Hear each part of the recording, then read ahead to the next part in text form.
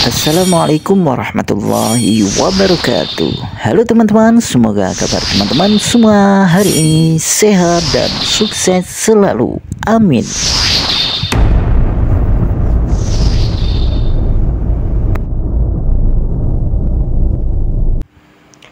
Baik teman-teman, di video kali ini kita sedang melakukan perbaikan kulkas freezer, di mana sekarang kita sedang melakukan pengisian gas pendinginnya, karena sebelumnya kulkas freezer ini mengalami suatu kebocoran, di mana kebocoran berada di bagian pipa kondensor bagian dalamnya, sehingga kita lakukan pemotongan di bagian pipa tekannya pada pipa kondensor ini. Ini dia dua pipa yang mengarah ke pipa tekan dan ke arah ke filternya. Jadi kita potong yang ke arah bodi dan yang ke arah filternya, sehingga kita hanya memanfaatkan pipa kondensor di bagian luarnya, teman-teman. Oke teman-teman, sudah kita lakukan pemotongan dan tadi juga kita sudah melakukan pengelasan di bagian pipa hisap atau di bagian pengisiannya, dan di bagian pipa tekan atau di pipa kondensor yang bagian dalamnya kita buang ya teman-teman. Lalu kita langsung kita gunakan di bagian pipa kondensor luar. Jadi kita sudah tidak menggunakan bagian pipa kondensor dalamnya, karena kulkas ini mengalami kebocoran di bagian pipa kondensor dalamnya. Oke teman-teman, ini sudah proses pengisian, sudah terasa dingin di pipa hisapnya.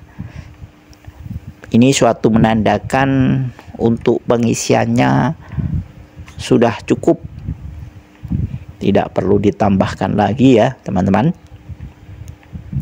Dan di bagian pipa kondensor ini juga sudah terasa hangat. Oke teman-teman, coba kita lihat di bagian dalam kulkasnya.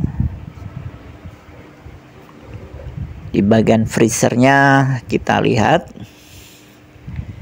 oke, di atas rak paling atas ini sudah membeku ya teman-teman. Lanjut ke rak kedua, sudah membeku juga, dan lanjut ke rak 3, sudah membeku semua teman-teman. Berarti ini sudah cukup, tidak perlu kita tambahkan lagi. Dan untuk mereknya ini merek Aqua ya teman-teman. Sering terjadi untuk merek-merek Aqua, walaupun kulkasnya belum lama, itu sering terjadi kebocoran. Baik kulkas freezer dan kulkas keluarga juga sering mengalami kerusakan seperti ini ya teman-teman, untuk kulkas bermerek Aqua ini.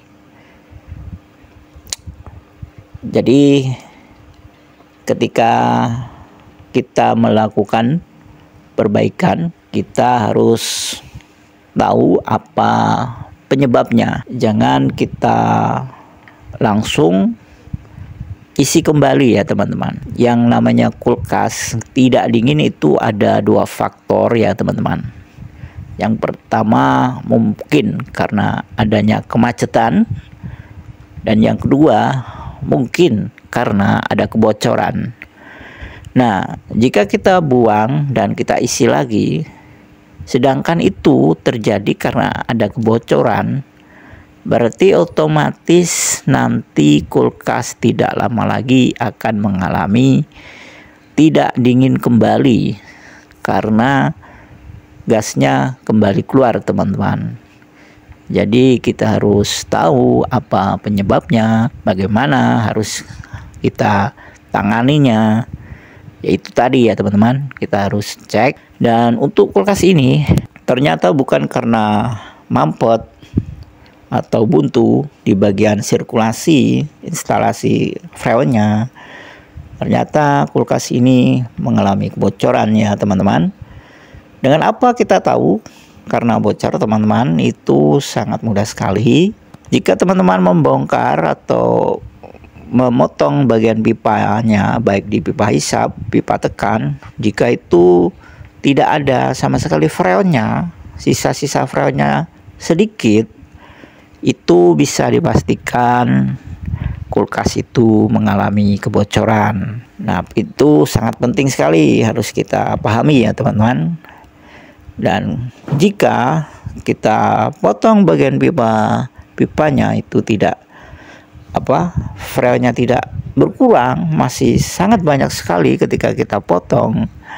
Nah, itu baru namanya buntu, teman-teman. Jangan sampai kita salah mendeteksi suatu kerusakan kulkas yang mengakibatkan nanti kita harus kembali mengerjakan lagi. Oke teman-teman, sudah bisa dipahami mudah-mudahan teman-teman yang mau bergelut ke dalam perbaikan atau servis khususnya di bagian pendingin kulkas ini ya teman-teman.